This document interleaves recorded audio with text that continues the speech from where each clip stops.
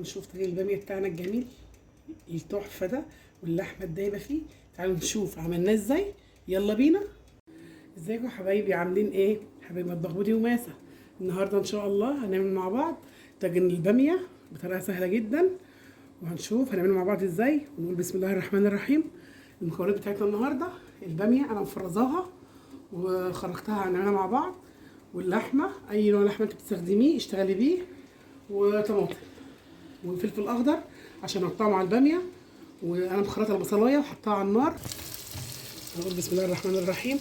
انا بشوح اللحمه مع البصله بالشكل ده عشان تاخد من طعم البصلايه اهو. طبعا الريحه جميله جدا، وبنزل بمعلقه ثوم حلوه كده بشوحها مع البصلايه واللحمه.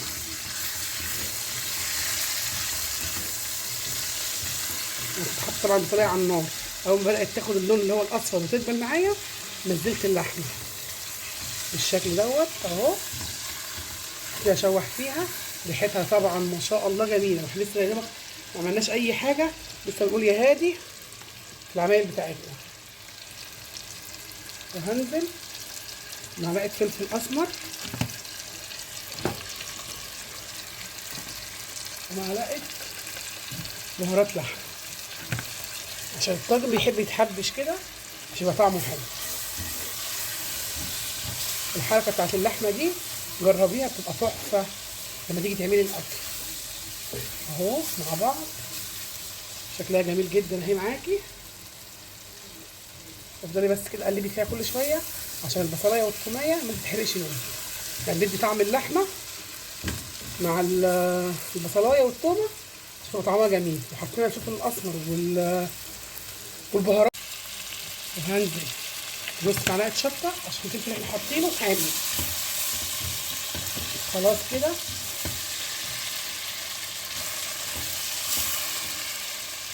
خلاص كده بقى هنزل بالطماطم بتاعتي اهي.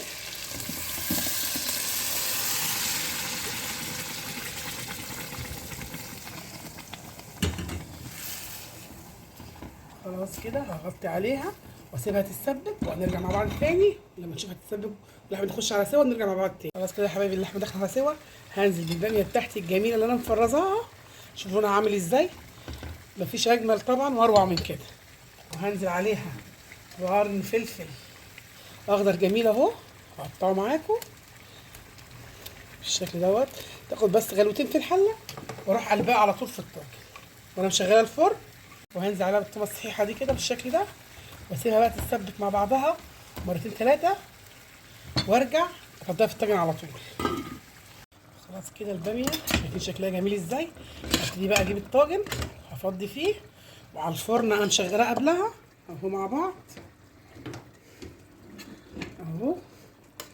هفضي بالشكل دوت كده اللحمه بالباميه كله في الطاجن مع بعض، وهتاكلي احلى طاجن باميه. جربيه بالطريقه دي، مش هيبقى مفيش اجمل ولا اروع من كده ان شاء الله.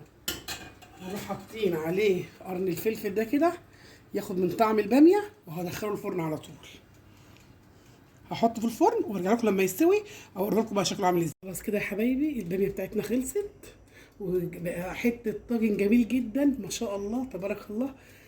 وعملنا جنبيه رز ابيض، وزي ما معودينكم نقول اللهم صل وسلم وبارك عليك يا حبيبي يا رسول الله. وطبعا ما ننساش اللايك والشير بتاعنا الجميل وتفعيل الجرس. وتعالوا بقى نشوف الباميه بتاعتنا التحفه شوف عامله ازاي جميله جدا. ما بحبش اقطع لها اللحمه كبيره قوي عشان بتستوي كلها. وقولوا لنا ايه رايكم في طاجن الباميه. وغدانا النهارده كان طاجن الباميه الجميل. ونقول السلام عليكم ورحمه الله وبركاته.